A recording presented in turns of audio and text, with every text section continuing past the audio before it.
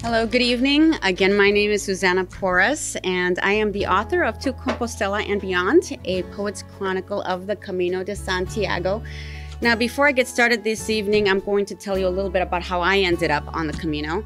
I took my dad to Europe for the first time in 2017, and it was there that I first told him about the Camino.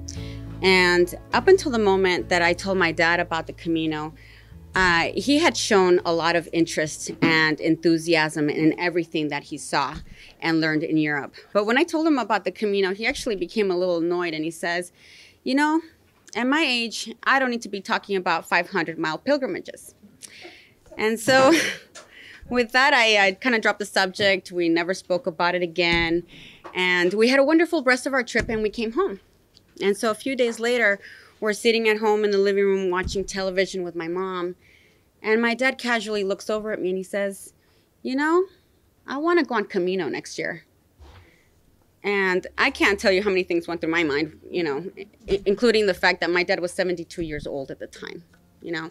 And, you know, but when your 72-year-old dad asks you to go on Camino, then you need to figure out how to make it happen. And so I spent the next 9 months researching and planning our clothing, equipment, routes, points of interest, the history, everything that I could in order to make this trip happen and make it as seamless as possible.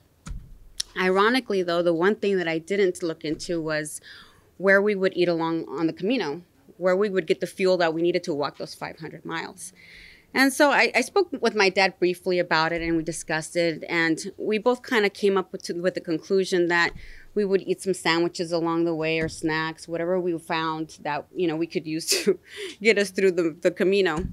And with that final detail taken care of, we set off on Camino, and we fly to Paris, where we take a connecting flight to Biarritz, and by June 2nd, we're at the base of the Pyrenees Mountains in Saint-Jean-Pied-de-Port, France, registering for the Camino and picking up our credentials.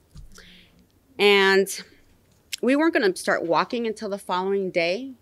And so we went to one of the local restaurants to get something to eat. And I decided that I would get something that would help us get us over the 4,000-foot climb that we had the next day over the Pyrenees Mountains. And so I ordered a salad, meat, and potatoes. And I could tell that the waitress was really uncomfortable with my order, but she didn't quite tell me what it was that I was doing wrong. And when the meal arrived, I realized that I had ordered enough food for about 4 people. And so with that, that was our introduction to the cuisine of the Camino de Santiago.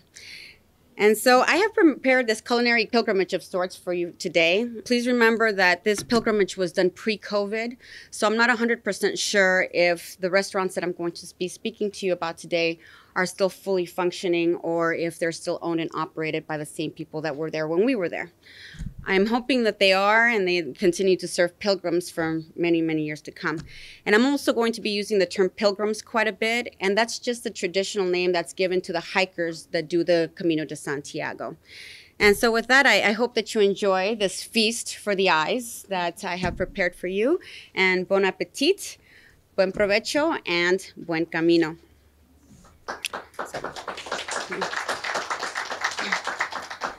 And so here we were in Saint-Jean-Pied-de-Port, France, having our first Camino meal. Except that, as it turns out, we weren't even in France, we were in Basque country. And the Basque people are Europe's oldest European group. And experts date their existence to that specific area back 3,000 to 5,000 years ago during the Neolithic period. And they also have the longest continuously used language in all of Europe. The Basque people have been very successful in maintaining their traditions, their culture, and their language, mostly due to their geographical location and the protection they've received from the Pyrenees Mountains. So for centuries, they've been able to ward off invasions from the Romans, the Muslims, the Spanish, and the French because of their vast knowledge of this geographic area. And it's this same preservation of culture that has really allowed them to develop a cuisine that is renowned worldwide. And so here we were in Basque country, having our first Basque meal, a Basque chuleta. And a Basque chuleta is a juicy, tender, melt in your mouth, a rib steak with the perfect amount of fat, seasoned with just the right amount of sea salt, and it's been perfected for the last 5,000 years. And so I think at that moment, my dad and I realized that we weren't just going to be having sandwiches on the Camino de Santiago. We were going to be having some pretty spectacular and unique dishes on the Camino, which brings me to my next point. And this is going to sound a little cliche, but I really do think that food has the potential of helping us really understand other cultures and bringing cultures together. Many years ago, I was a foreign exchange student in the south of France, and my host mother would prepare these beautiful, elaborate meals that we would eat every single day from 8 p.m. to 10 p.m. And coming from a Guatemalan family, my parents always taught me to be polite, a polite guest, and to eat the food that was given to me when I was a guest. And this case was no different. And my French wasn't very good at the time, and so food became really the way that we communicated. And this went on for the next few months. And finally, it came time for me to leave. And the day I left, my host mother presented me with this beautiful French cookbook. And she says to me, you know, you've been I'm really going to miss you because you've been the only American student who's eaten all of my food. And that really taught me a lot, and it gave me a lot of insight and into how we approach food when we travel. And so from then on, it wasn't just about being polite. It was more about seeking the opportunities to make a much deeper connection with the people that serve and prepare our food. And I know how hard it can be to eat something that you don't like. You know, trust me, I've been there, you know. But if you have an open mind and an open heart, you really have an opportunity to see that there is a lot of culture in the food, and you begin to understand why the food tastes the way that it does, and they may eventually become some of your favorite foods. And that's pretty much what happened with me and this pepper right here. And by the time we reached Pamplona, it was pretty clear that I didn't know what I was doing when I was ordering food. And so I asked the waiter to please bring me a plate of food that he thought I would enjoy. And he brought me this beautiful breaded veal steak with the Russian salad with tuna and French fries and this really big pepper on top of it. And the pepper is kind of like a bell pepper, and it was seared and lightly seasoned. And I didn't really like it at first, but this pepper kept coming up over and over and over again in our meals. And so eventually I really began to like them, and they became one of my favorite things on the Camino. And now that I think back on the Camino, it's one of the things that I really miss the most. Wine on the Camino de Santiago. And yes, folks, you read it correctly. There's some free wine on the Camino de Santiago. But before you all pack up your bags and leave, I do want to make it absolutely clear that I'm not endorsing drinking and walking on the Camino de Santiago. It is really important to stay hydrated on the Camino. The average pilgrim will walk an average of 14 to 16 miles per day, so wine really should not be the beverage of choice. However, pilgrims also take an average of 3 to 4 rest days when they're on Camino. And so if you do decide to sample the wines of the region, it's probably best to do so during those days. Now, wine did exist in Spain during the medieval period, but the technical and the agricultural and the wine varieties that we know today were introduced by the Romans. And it is thanks to them that we've developed the wines that we love and enjoy today. There are 7 well-established routes on the Camino de Santiago, and all of them have their own wine varieties. But my father and I took the most traditional route, which was the French route. And the French way has 4 designation of origin wines, or 4 DO wines. DO Navarra produces red wines and white wines, But this region has been historically known to produce rosés. And if you walk on the Camino de Santiago, you'll find them on a pretty long stretch between Pamplona, which is in Navarra, all the way to La Rioja. And this is one of their most famous rosés. This is the Garnacha rosé that one of you lucky people will get to take home today. And the next one, this is the Dio Rioja. Dio Rioja is one of the best known and appreciated wines worldwide. And its maturation usually occurs in oak barrels. The Rioja pairs really well with many different types of cuisine. And its most commonly used and cultivated red wine variety is the Tempranillo grape, which is what you will find in this bottle right here. The Tierra de León, the Dio Tierra de León, is found between two routes on the Camino de Santiago, between the French Way and the Via de Plata. And that's been a wine-producing region since ancient times. And their most characteristic Dio is the native Prieto Picudo, which is the name that's given to the grape bunch, which means that it's tight with little space in between, and the grapes peak finish. These wineries are located in caves that are excavated into the clay rock, and which creates a microclimate where wine maturation is ideal. And finally, the Bierzo. That one grows in a very special climate that grows away from the rigors of the Atlantic coast and in a higher humidity than the rest of Castile and León. And it has what it's called terroir in it, which means that it has very distinguishable features that have to do with the geographic and the climatic conditions of the region where it is produced. So if you take these grapes and produce them somewhere else, it would no longer be a Bierzo wine. Food accessibility on the Camino de Santiago. Now, obviously, my dad and I had, some concerns about accessibility of food on the Camino. But the more we walked, the more we realized that really wasn't going to be a problem. This dish that you see here featured has fish, veggies, and fries. And it also came with a generous portion of lentil soup as well as a flan. And this entire meal was 12 euros, which is an equivalent of about $14. And that's with the tip included. And this is what we found time and time again on the Camino, that the food was quite excellent. The portions were very generous, and that the price was something that we could afford. Breakfast. I know that I said that I didn't plan for the meals. I did plan for breakfast. And some of you in here who know me well enough know that I will not leave my house without a full breakfast. And that was the case on the Camino de Santiago as well. And you have to remember that my dad was 73 years old by the time we left on Camino, and I wasn't going to let him walk out the front door without a full belly. And the way that I did this was that instead of staying at the traditional albergues or hostels, we stayed in small pensions and hotels, which offered a much more generous breakfast.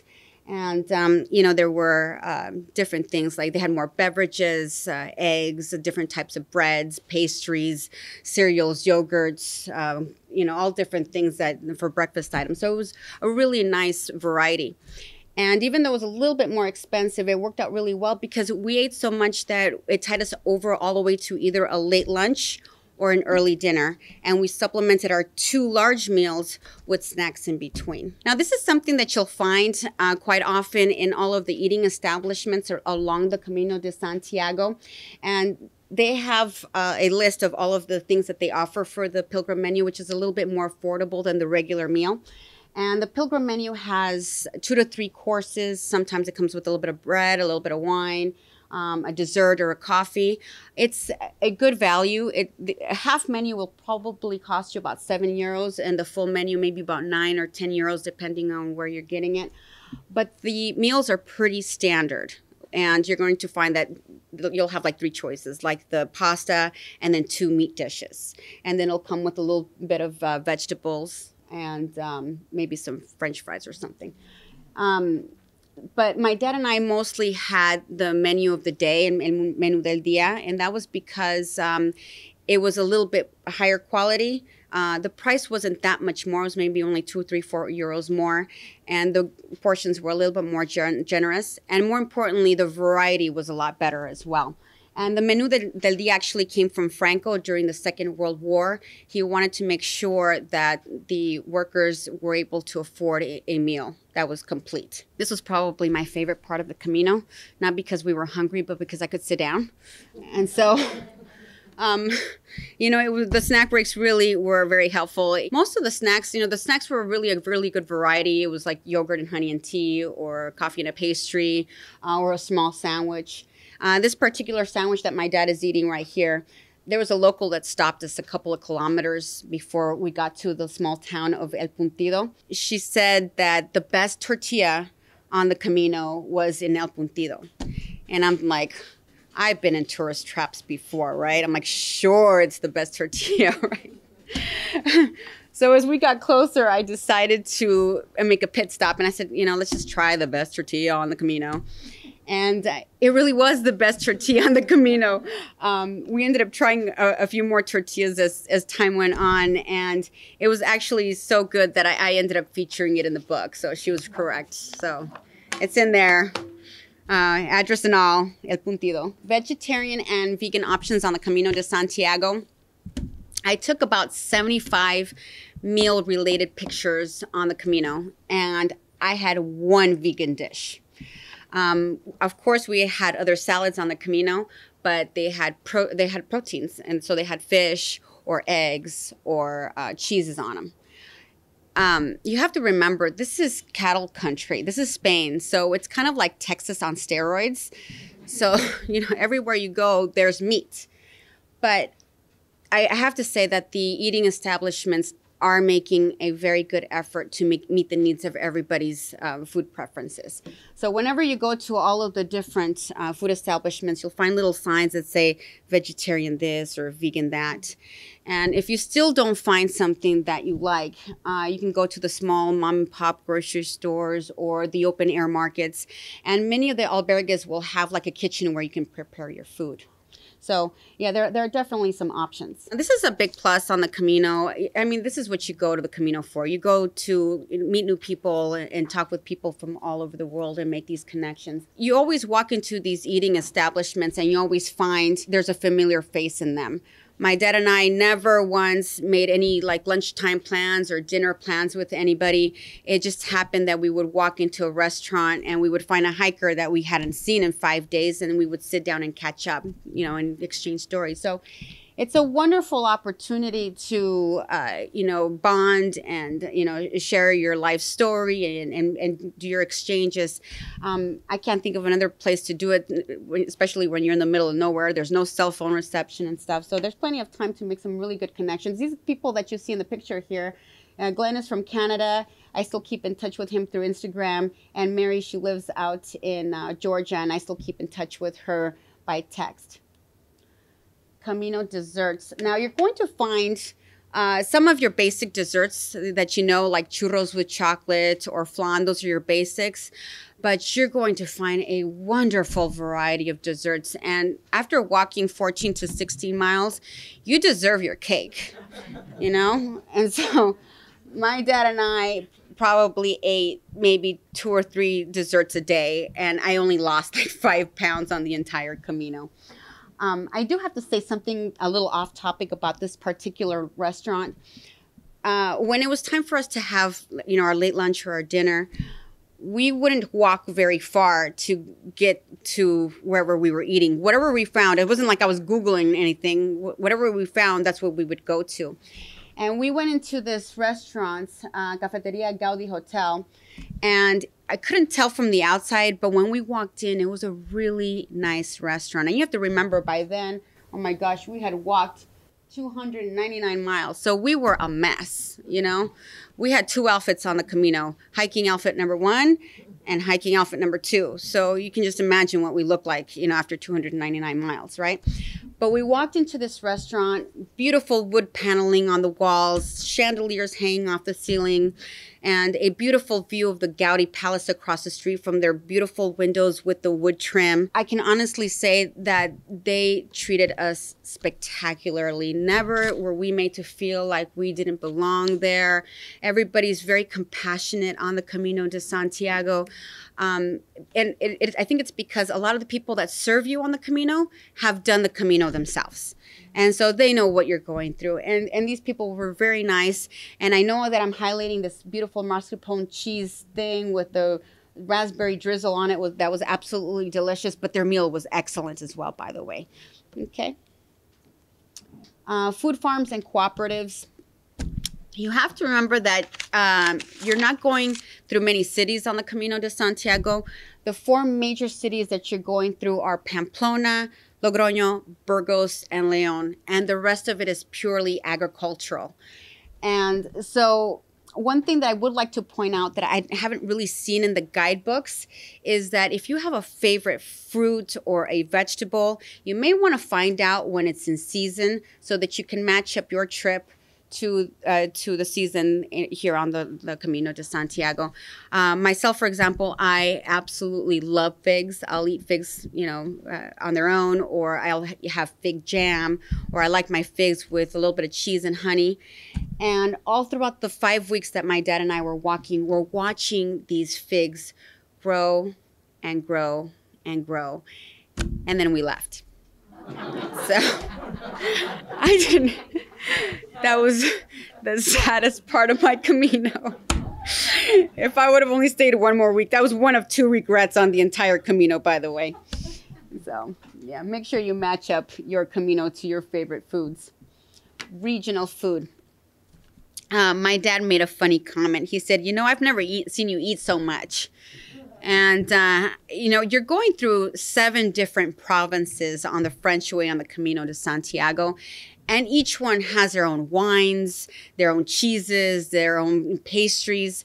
You really have to take advantage of it when you're there locally, because otherwise you may not get it, when you're in the next province. And so I really made an effort to eat everything that I could, and this that you see here is membrillo. It's quincy paste, and they usually serve it with cheese. It pairs really well with manchego cheese. I'm not sure if that was manchego cheese. I should have asked, because the manchego cheese I normally eat is a little bit harder and drier. And this was a little bit smoother and softer. But it paired really well. It was absolutely delicious. And one lucky person in here is going to get to take it home with a $10 gift certificate to buy some cheese. Okay? So finally, for a taste of the Camino, Sasso is a restaurant that just opened up on El Molino. And it's anybody know? It's a Basque restaurant. Exactly. And their gem salad is my absolute favorite. And you can get this quincy paste either at Whole Foods or Ralph's. And the other 2 places, you can get any of these bottles of wine. They're at Total Wine and More and Mission Wines and Spirits. What's across the street on the Molino restaurant? Colorado. It's right next to the Playhouse. Got it. Yeah, cool. And with that, I'm ready for any questions, unless I've answered everybody's questions. Yeah, they have French fries on everything. They love their fries. Yeah, and I never really bothered to, ask for anything else because I love fries. So I was absolutely fine with it. I never substituted anything. It was funny because in that restaurant where I showed you the dessert, there was a family there. I'm not going to say what country they were from, but one of the desserts they had was chocolate cake. And they must have given the poor waiter 101 questions about the chocolate cake. It's chocolate cake, you know what I mean? And then they didn't eat the chocolate cake, So I really tried to be as accommodating to everybody and eat the food as it came. I never made any substitutions on any of my food. You said your first disappointment was not having figs on the Camino. What was the second? My second was that we finished the Camino on July 6th. On July 6th was our last day, and that was the first day of the running of the bulls. Yeah, and it goes on for a few days, but I had been out of work for 5 weeks, as some of you know. And I really had to come back to work. But, and, you know, now that I think back on it, I'm like, oh, I should have stayed at least a couple of more days so I could go back to Pamplona and watch the running of the bulls. Yeah, that was my second one. Yeah. Yeah, but that gives me an excuse to go back if anybody wants to go with me. Yeah. 5. I was gone for 5 weeks. Yeah. So your mom didn't want to go? Oh, no, my mother actually left off on vacation herself. So she went back home to Guatemala. And actually, that's another story, too. My mom left to Guatemala a week before we did. And she was in Guatemala for 7 weeks. And we were very comfortable with the fact that, you know, her family was going to take care of her and that she was going to be fine. Well, my mother's house is next to the volcano of fire. And on June 3rd, when we started our Camino, the volcano exploded. Yeah. So on June 4th, when I woke up, I see my phone. And my phone had blown up with all of the information, obviously. And so for the first few hours that day, you know, my dad and I didn't talk about it because we were kind of in shock. But we were, I think both of us pretty sure that my mom hadn't made it, you know, because you can see the volcano fire, like literally it's next door to my mother's house. And what happened was that 40 years ago when the volcano exploded, it created a barrier. And so what happened was that all of the stuff that was spewed out by the volcano went the other way. And so my family's house was, you know, completely saved. Yeah. But she said it rained ash for days, that it was just awful. And, you know, and I think about 300 people lost their lives that day. So when I went to Spain, I fell in love with the tapas. Oh, And the yeah. sangria.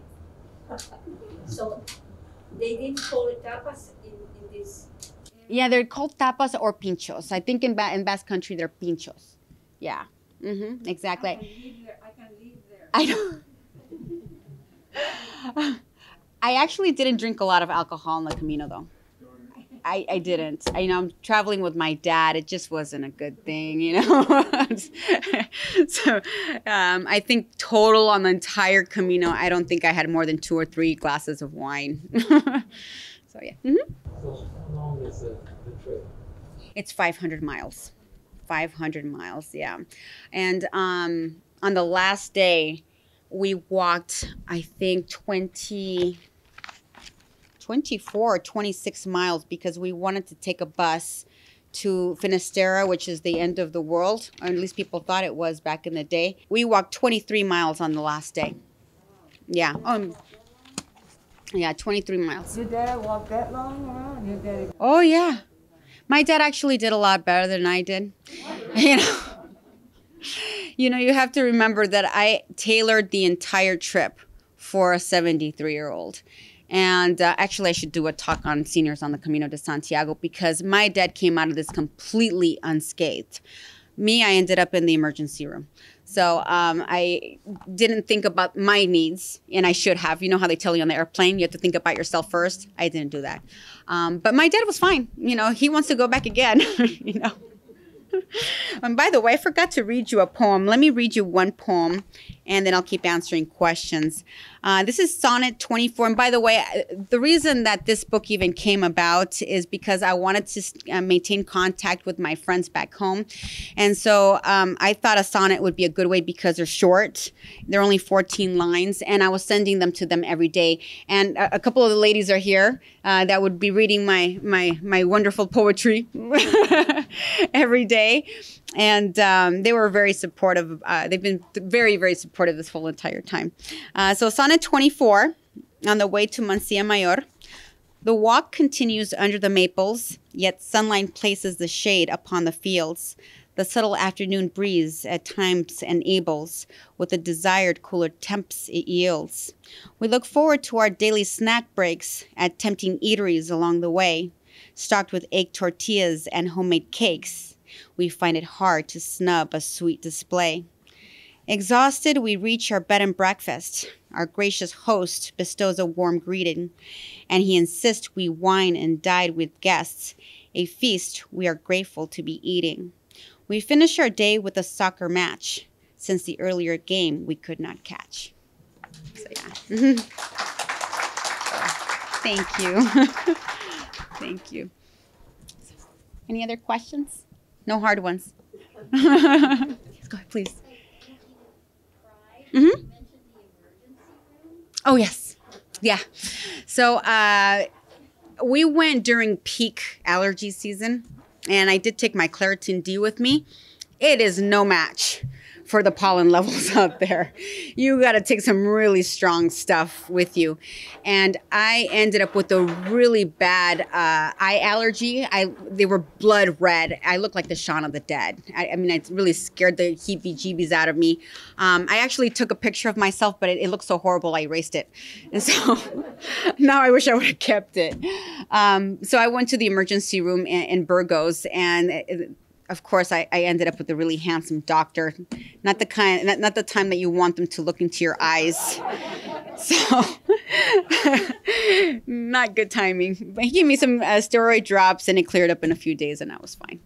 Yeah. What was the elevation of the trail? The first one, the highest point was almost 5,000 feet. And it kind of stayed pretty even, but that was the highest elevation. And we started at 500. Yeah, and all the way to 5,000. That's pretty good, because I was saying, I was a skier, so Oh. when I was in the 8, 9, 10,000 feet, Mm-hmm. it would take me, because our base was like 7,000 feet. It'd take me about a day to get used to the where you are. Oh, absolutely. And then so you didn't get after that, you really top. That's why I was asking. Absolutely. And there are some people that are a little bit more sensitive.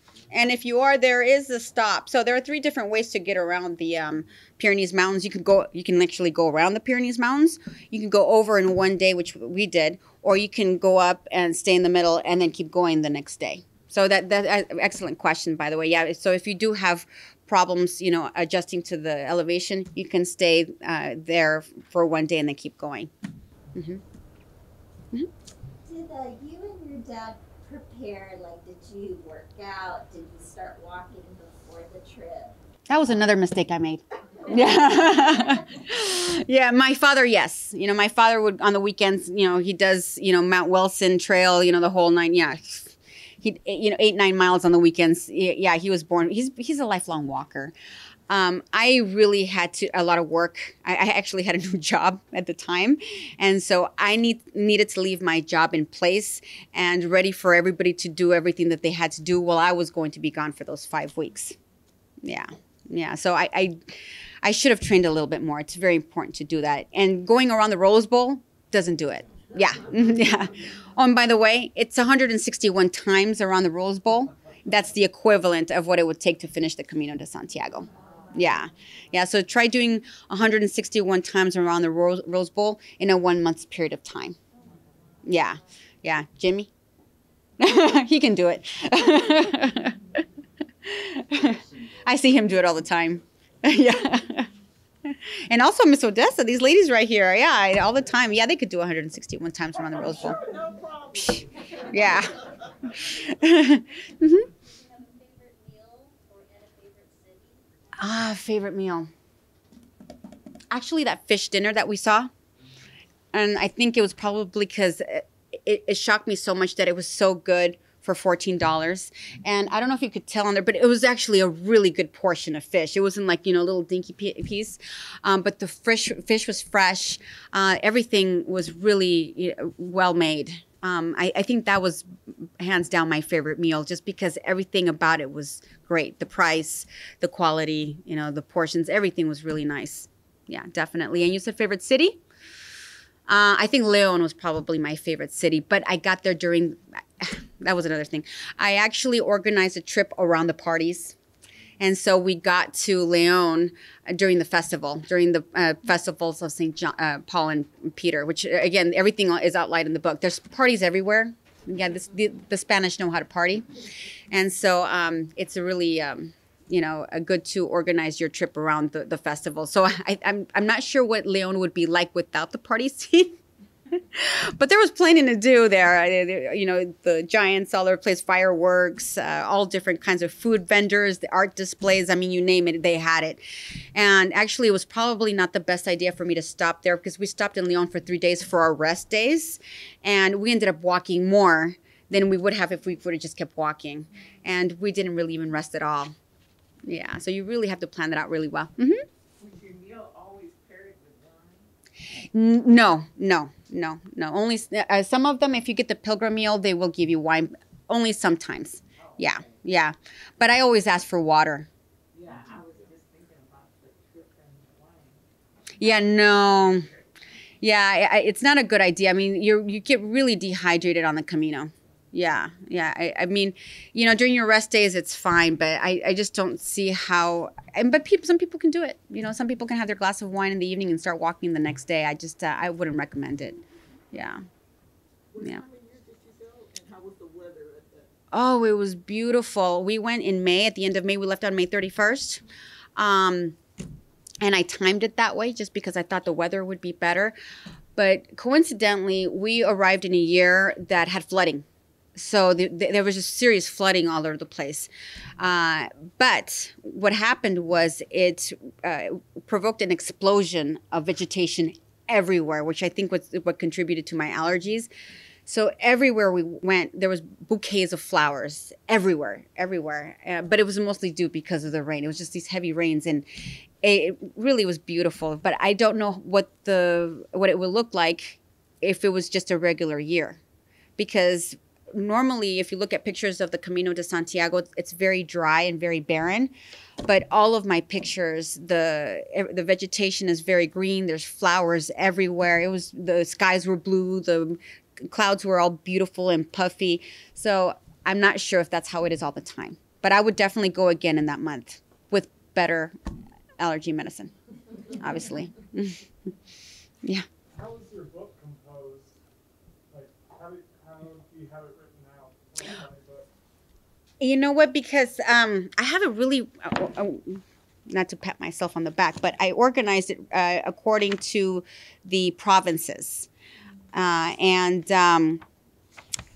Let's see, the provinces and all of the different, I really tried my best when I was writing them for the girls in the office. I really tried my best to describe every last thing that we were doing. And so I didn't realize it until I tried putting an index on it, how many things I actually had talked about. So there's a detailed index on the back. There is an awful lot of information, especially for like 4,000 words. The entire book is only 4,000 words because it's all sonnets. So there's an incredible amount of information in here, especially with the footnotes that you can get information from. But it's definitely organized in order that we did it, and under all of the provinces, the regions, yeah. And there's an introduction, a conclusion, and also a list in the back that details all of the items that I took with me. Yeah. How was the paella? Oh, it was absolutely delicious. Yeah. Oh, and by the way, I didn't put the paella on here because it's everywhere. I mean, there's paella everywhere. Yeah. But my favorite paella was the last one I had on the last day of the Camino. Yeah, it was absolutely delicious. Galicia. Yeah. So we were closer to the ocean. It was in the paella, and that was one that we shared with the little tour group that we went to, because once we stopped in Santiago, we took a bus. The last 100 kilometers, we just couldn't walk anymore. We took a bus all the way to Finisterre, and that's when we had the nice paella. Yeah.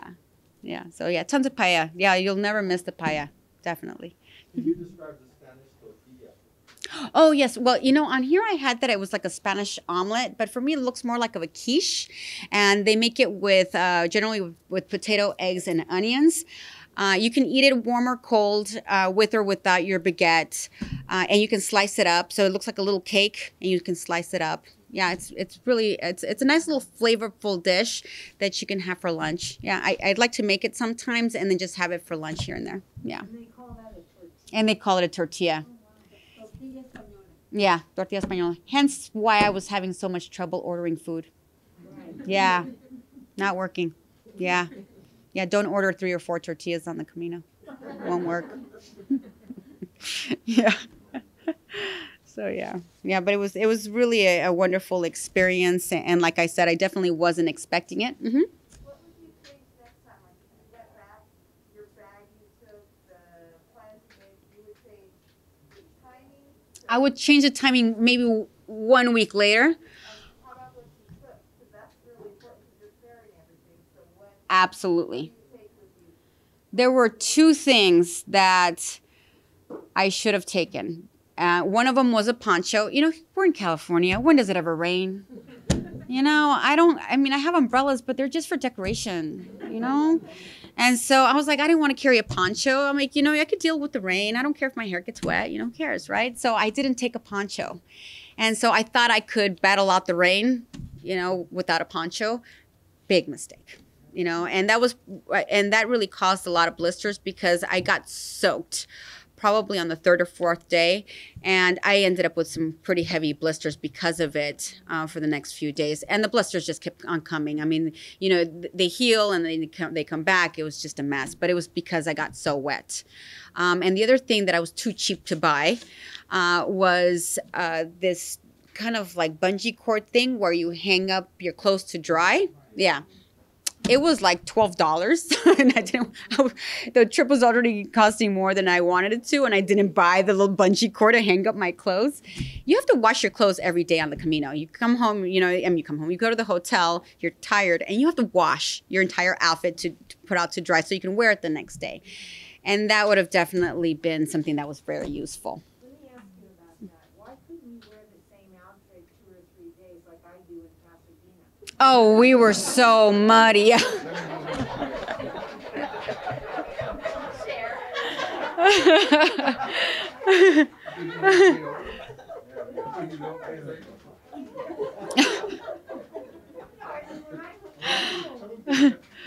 We were so muddy. Is that what it is? Is you just get dust and dirt? You get a lot of dust and dirt. But I mean, by the time you get out of it, I mean, you're just a mess. You're one big, sweaty, soppy, wet, muddy mess. Oh, really? Every day. And that's every day? That's every day.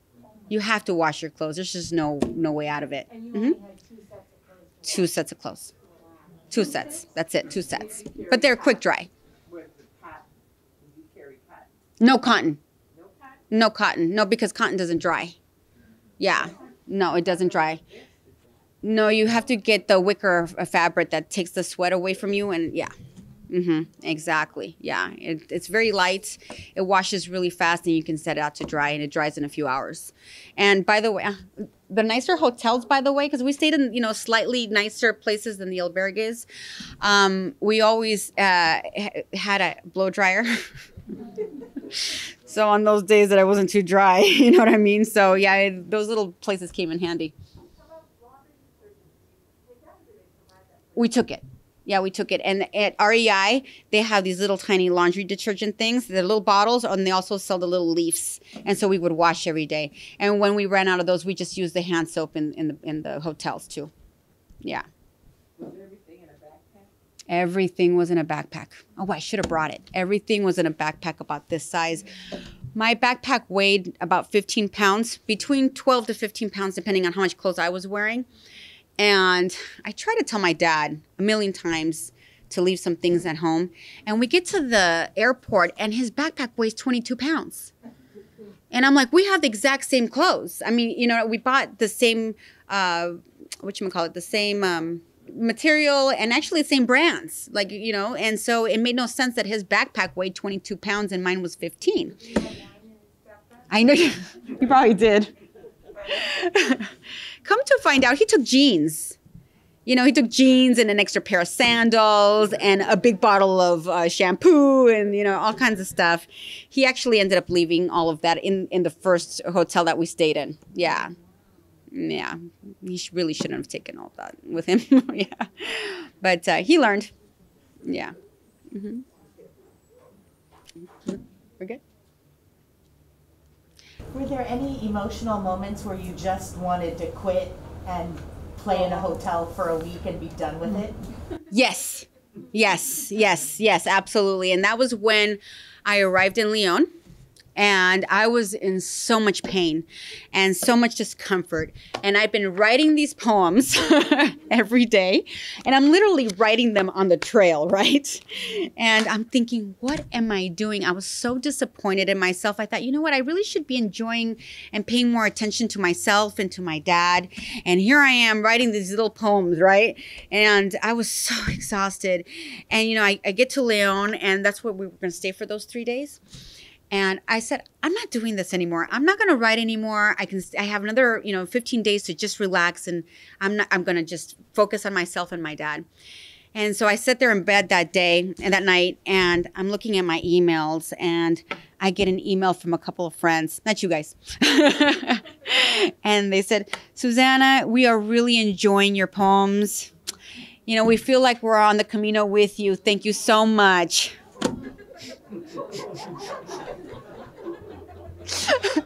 That was the saddest moment. No, they're not. They're actually like in Michigan. Yeah. So, yeah. What about medication? I only took my allergy pills, which obviously didn't work. For your blisters and stuff, did you find? You know what? That was very readily available. I mean, the Camino is, they're experts at blisters. Yeah, and I actually became an expert. I don't recommend that you do this, by the way, but I learned how to slice and drain my blisters. I got really good at it. Yeah. Do not do that. They can seriously get infected. I mean, I went through this whole procedure on how to do it and, disinfecting and blah, blah, blah. But otherwise, I just couldn't walk. I mean, can you imagine walking over rocks with your feet cut? I mean, it's just excruciating. Yeah, but the key is to keep your feet dry. And if I would have been able to do that with the poncho, then we wouldn't have had that issue. So you did fly hiking? Yes, we had, and that was another thing. No, not with the steel toe. With the tread, with the heavy tread on the bottom. Yeah.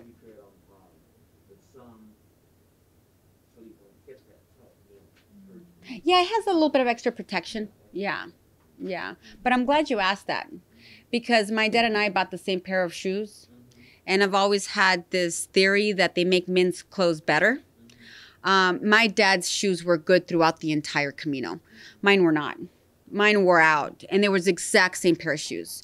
Mine wore out halfway through, and I had to go to the pharmacy and get, because you cannot break in a new pair of shoes on the Camino, so you can't buy another one. You can't.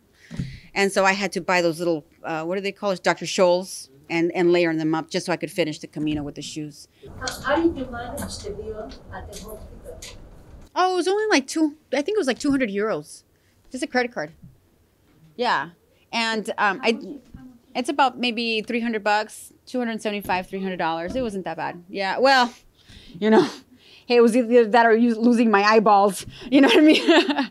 Priceless. I wanted to make sure I could keep, continue seeing when I came home. So yeah, it was about $200 or $300. But one thing I didn't do, I should have done, but I think I could have brought back the receipts and given them to my insurance, and they would have reimbursed me. I just didn't do it. Yeah.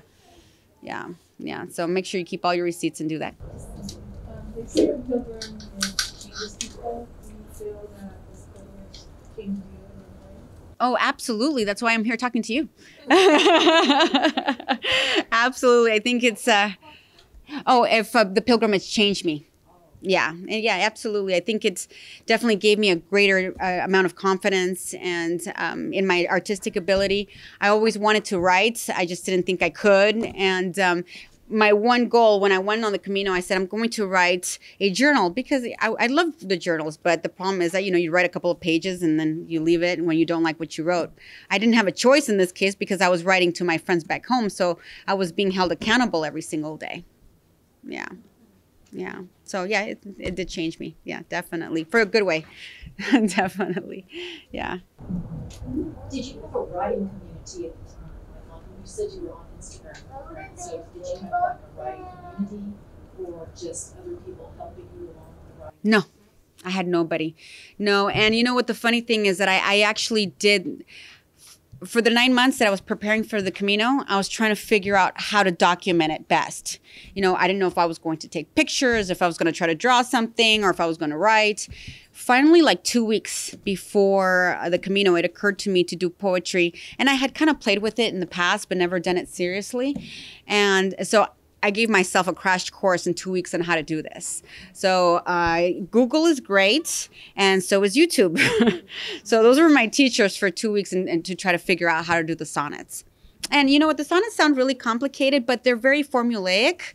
So as long as you follow the formula, you know, it's 14 lines, 10 syllables, 3 stanzas plus the 2 lines at the end. Once you know the formula, it gets pretty simple. And it's just about, and the ending rhyme as well. So A, B, C, D, that kind of thing. So once you know the little formula and you just follow it, you're fine. It's just about trying to figure out the first 2 sentences and then making everything match up after that. Yeah. Yeah. I know I made it sound watered down, but it was hard. But I handled it. Definitely. Mm-hmm. Oh, sure, of course. I have a favorite one in here. I read The Paris Wife before I left, and it's about Ernest Hemingway's first wife and all of the adventures they had in Pamplona and in Paris when they were out there. And he was writing, I think he wrote The Sun Also Rises during that time, and that was about Pamplona and the bullfights and all of that. And so I kind of channeled Ernest Hemingway when I was down there, and I wrote a little bit about him. Let's see if I can find it. I think it's on 8. Where's it? Let's see. So it's on an 8 on the way to Pamplona. The peaceful tranquility of our walk, shattered by the bustle of modern life. We gather and make new friends and make small talk about the region's political strife. We do as Hemingway and his friends did, but opt for coffee instead of red wine, and find pleasure in staying off the grid, as we hear tales more engaging than mine. We run and dodge imaginary bulls, the unnerving feeling of facing death, the slight chance of being trampled by hooves, the warm, moist, forceful exhale of their breath. We leave our handkerchiefs and grab our poles to put more kilometers on our souls. Yeah. Thank you. And I was talking about souls, not soles of your feet.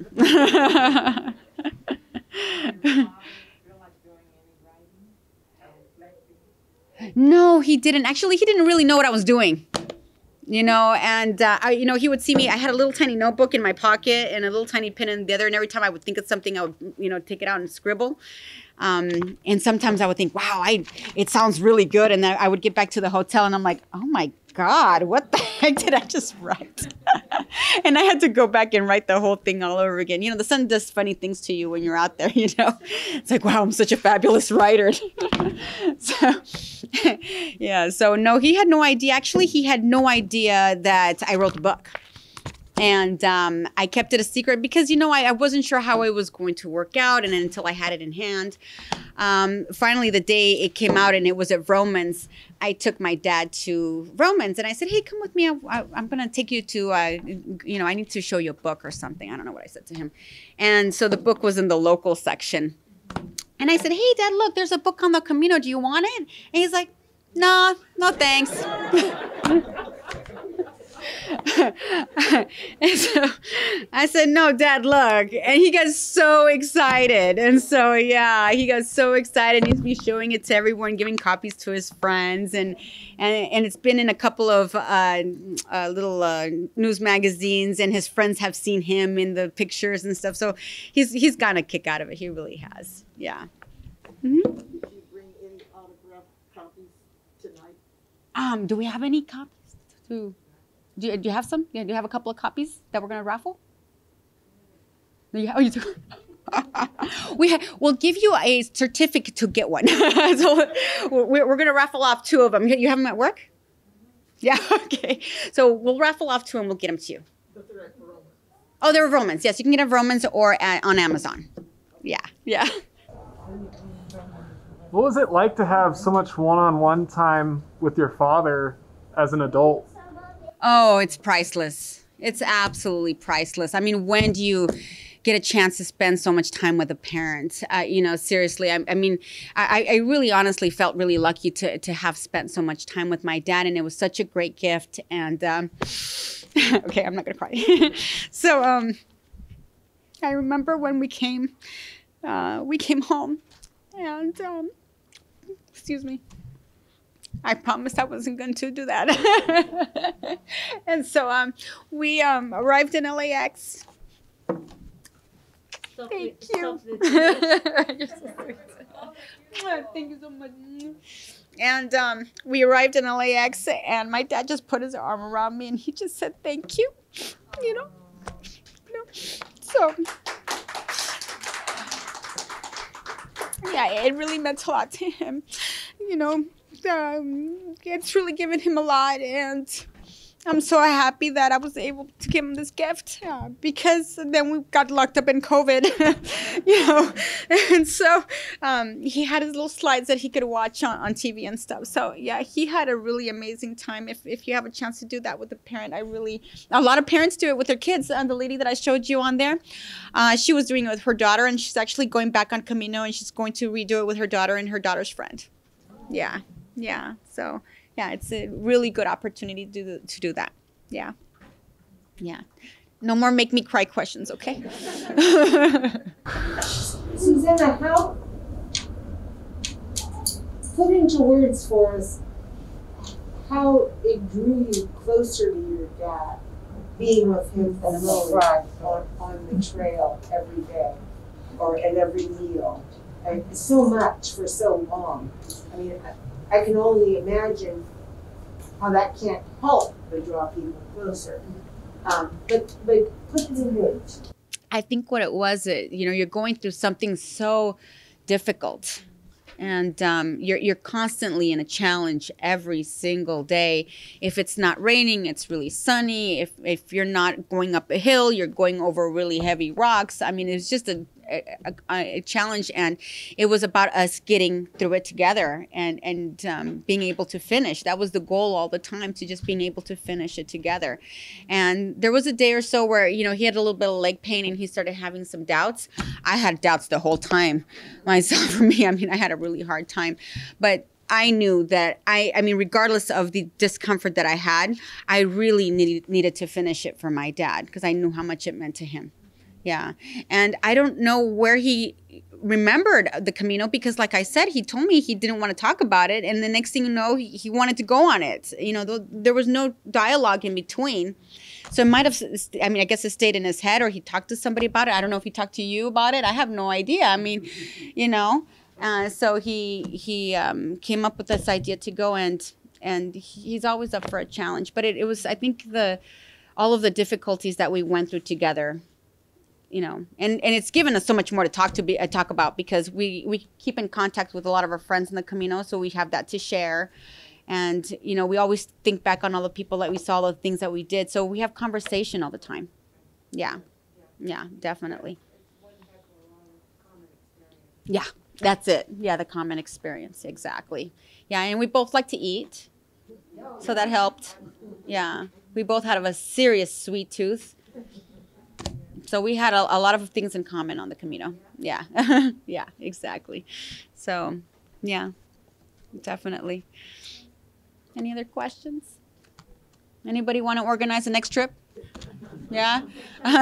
Yeah. And with that, let's do it. My trip, having you to come along with some of my friends, we would just go to Paris, go through all the routes, and then we would hit Central. Oh, absolutely. And you know what? I can't tell you, you know, when we did that little connection over in Paris, I thought, you know, maybe we should just stay here for 5 weeks. You know? Yes, it did. I was like, okay, maybe I could just lose these connection, you know, tickets and just, you know, cancel the whole and just stay in Paris for 5 weeks. Nobody will know, you know. Very tempted. I've really appreciated all the support all of you have given me. Everybody's been so amazing through this whole journey. This has really been a friend book. Not only was it written for friends, my friends all pushed me to do it, and now you're here supporting me, watching me. So it's a little overwhelming. So I'm really thankful to have, the support from all of you. I'm really grateful.